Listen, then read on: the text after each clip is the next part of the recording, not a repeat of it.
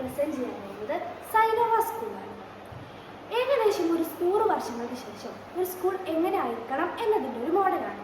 കേവലം ഇതൊരു മോഡൽ മാത്രമല്ല, 100 വർഷങ്ങൾക്ക് ശേഷം ഒരു സ്കൂൾ എങ്ങനെയെല്ലാം മുന്നേറിയേക്കാം അല്ലെങ്കിൽ എങ്ങനെയെല്ലാം വികസിച്ചേക്കാം എന്നതിൻ്റെ ഒരു മോഡലാണ്. ഇക്കാലത്ത് തന്നെ വിദ്യാഭ്യാസ രംഗത്ത് ടെക്നോളജി നിലനിൽക്കുന്നുണ്ട്.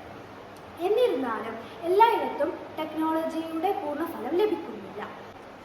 ഒരു കുട്ടിയുടെ സമൂലമായ എല്ലാ വികാസത്തിനും ടെക്നോളജിയുമായി ബന്ധപ്പെട്ട ഒരു സ്കൂളാണിത്.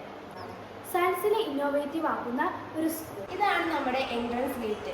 ഇതിലൂടെ വരുന്ന വാഹനങ്ങളെ മോണിറ്ററിംഗ് ചെയ്യുന്നതിലൂടെ ഹസാർഡസ് ആയ സാധനങ്ങൾ ഉണ്ടോ ഇല്ലയോ എന്നറിയാൻ ഇത് സഹായിക്കുന്നു. ഇതാണ് ഫാം ഹൗസ്. ഒരു 100 വർഷം കഴിയുമ്പോഴാണെങ്കിലും കുട്ടികൾക്ക് ഫാമിംഗ് രീതി അറിയാവുന്നത്. ഇതിലൂടെ കുട്ടികൾക്ക് പഠിക്കാനും ഇവിടെ വന്ന് ചെയ്ത് പഠിക്കാനുള്ള ഒരു സൗകര്യം നമ്മൾ നൽകിയിട്ടുണ്ട്. ഇത് ഓൺ അസിസ്റ്റഡ് മോണിറ്ററിംഗ് ആണ് നൽകിയിട്ടുള്ളത്. ഇനി നമുക്ക് ഹൈഡ്രജൻ ബസ്സിലോട്ട് പോകാം. ഇതാണ് നമ്മുടെ ഹൈഡ്രജൻ ബസ്. ഇന്നത്തെ കാലത്ത് തന്നെ ഇലക്ട്രിക് വാഹനങ്ങൾ ഇതാണ് ഹൈഡ്രജൻ ബസ്. ഇക്കാലത്ത് തന്നെ ഇലക്ട്രിക് വാഹനങ്ങൾ കൂടുതലായതുകൊണ്ട് 100 വർഷങ്ങൾ കഴിഞ്ഞാൽ ഹൈഡ്രജൻ വാഹനങ്ങളായിരിക്കും ഉണ്ടാവുക. ഇത് പ്രകൃതിക്ക് ദോഷകരമാകുന്നില്ല. ഇതിൽ ഹൈഡ്രജൻ ഫ്യൂൾസ് ആണ് ഉള്ളത്. ഇതാണ് പാർക്കിംഗ് ഏരിയ. ഒരു 100 വർഷം കഴിയുമ്പോൾ ഹൈഡ്രജൻ വെഹിക്കിൾസ് ഉണ്ടെങ്കിൽ പോലും അക്കാലത്തും ചിലപ്പോൾ ഇലക്ട്രിക് വെഹിക്കിൾസ് എല്ലാം ഉണ്ടാകാം.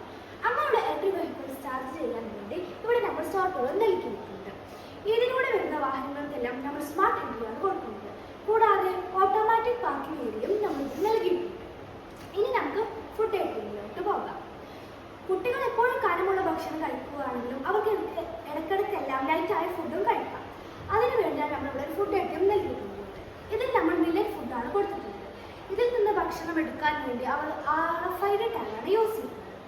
അതിൽ ആ കുട്ടിയുടെ രക്ഷിതാക്കൾക്ക് ദിവസേന റീചാർജ് ചെയ്യാനുള്ള ഒരു സൗകര്യം നമ്മൾ നൽകിയിട്ടുണ്ട്.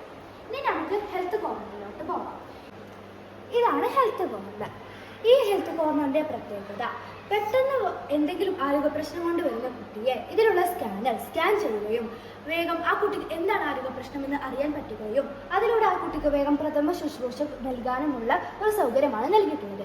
ഇതിൽ ഹൈ സ്പീഡ് ഇൻ്റർനെറ്റ് നമ്മൾ നൽകിയിട്ടുണ്ട്.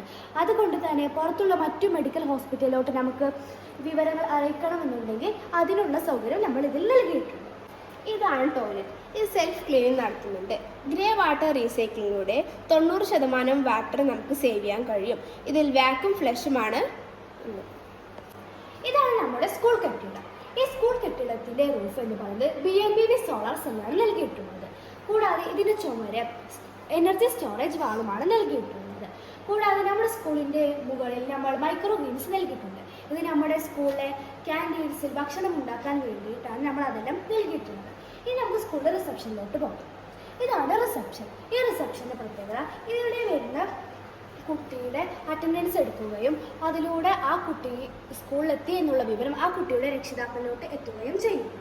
ഇതിനപ്പുറത്ത് നമുക്കൊരു കോൺഫറൻസ് ഹാൾ നൽകിയിട്ടുണ്ട്. ഇത് സ്കൂൾ മാനേജ്മെൻറ്റിന് കൂടി സംസാരിക്കാനും കൂടാതെ വിദേശത്തുള്ളവരുമായി കമ്മ്യൂണിക്കേറ്റ് ചെയ്യാനുമാണ് നമ്മളിവിടെ കോൺഫറൻസ് ഹാൾ നൽകിയിട്ടുള്ളത്. തൊട്ടടുത്ത് തന്നെ നമ്മൾ ഓട്ടോമാറ്റിക് റാമ്പ് നൽകിയിട്ടുണ്ട്.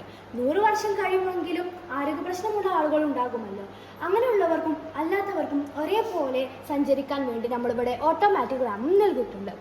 തൊട്ടടുത്തായി നമ്മൾ ഫ്യൂച്ചർ ലാബും നൽകിയിട്ടുണ്ട്. ഇത് സാധാരണ ഒരു ലാബല്ല. നമുക്ക് ആവശ്യമുള്ളപ്പോൾ ഏത് ലാബാണോ ആക്കേണ്ടത് അത് ചെയ്യാനുള്ള ഒരു സൗകര്യം നമ്മളിവിടെ നൽകിയിട്ടുണ്ട്. ഇനി നമുക്ക് ക്ലാസ് റൂമിലോട്ട് പോകാം. ക്ലാസ് റൂമിൻ്റെ അടുത്ത് ചെല്ലുമ്പോൾ തന്നെ ഒരു സ്കാനർ നമ്മളിവിടെ നൽകിയിട്ടുണ്ട്. വരുന്ന കുട്ടി അത് സ്കാൻ ചെയ്യുകയും ആ കുട്ടിയുടെ മെൻ്റൽ ഹെൽത്ത് അറിയാനാണ് നമ്മൾ ഇവിടെ ഒരു സ്കാനർ നൽകിയിട്ടുള്ളത്. ആ കുട്ടിയുടെ മെൻ്റൽ ഹെൽത്ത് അറിയുകയും ആ കുട്ടിക്ക് വേണ്ട കൗൺസിലിംഗ് കൊടുക്കാൻ നമ്മളിവിടെ ഒരു കൗൺസിലിംഗ് റൂമും നൽകിയിട്ടുണ്ട്. പിന്നെ ഇവിടെ ഒഗ്യുമെൻ്റഡ് റിയാലിറ്റിയും വെർച്വൽ റിയാലിറ്റിയും നമ്മൾ നൽകിയിട്ടുണ്ട്. അതിലൂടെ കുട്ടികൾക്ക് രസകരമായ പഠനത്തിനാണ് നമ്മൾ അത് നൽകിയിട്ടുള്ളത്. പിന്നെ ഈ ക്ലാസ്സിൻ്റെ ഒരു ചുമർ തന്നെയാണ് സ്ക്രീൻ. അതുകൊണ്ട് തന്നെ കുട്ടികൾക്ക് കൂടുതൽ അടുത്ത് പഠിക്കാൻ വേണ്ടിയാണ് നമ്മൾ അത് നൽകിയിട്ടുള്ളത്. ഇതാണ് നമ്മുടെ ക്യാൻറ്റീൻ. ഇവിടെ ഫുഡ് കൊടുക്കുന്നത് റോബോട്ടുകളാണ്. ഓരോ കുട്ടിയുടെ ന്യൂട്രിയൻസും വൈറ്റമിൻസും അനുസരിച്ചിട്ടുള്ള ഫുഡുകളാണ് ഇവിടെ കൊടുക്കുന്നത്. ഇതാണ് നമ്മുടെ ക്യാൻറ്റീൻ. ഇവിടെ ഫുഡ് കൊടുക്കുന്നത് റോബോട്ടുകളാണ്. ഓരോ കുട്ടിയുടെ ന്യൂട്രിയൻസും വൈറ്റമിൻസും അനുസരിച്ചിട്ടുള്ള ഫുഡുകളാണ് ഇവിടെ കൊടുക്കുന്നത്. ഇതിൻ്റെ തൊട്ടടുത്തായി ബയോ ഹൈഡ്രജൻ പ്ലാന്റ് നൽകിയിട്ടുണ്ട്.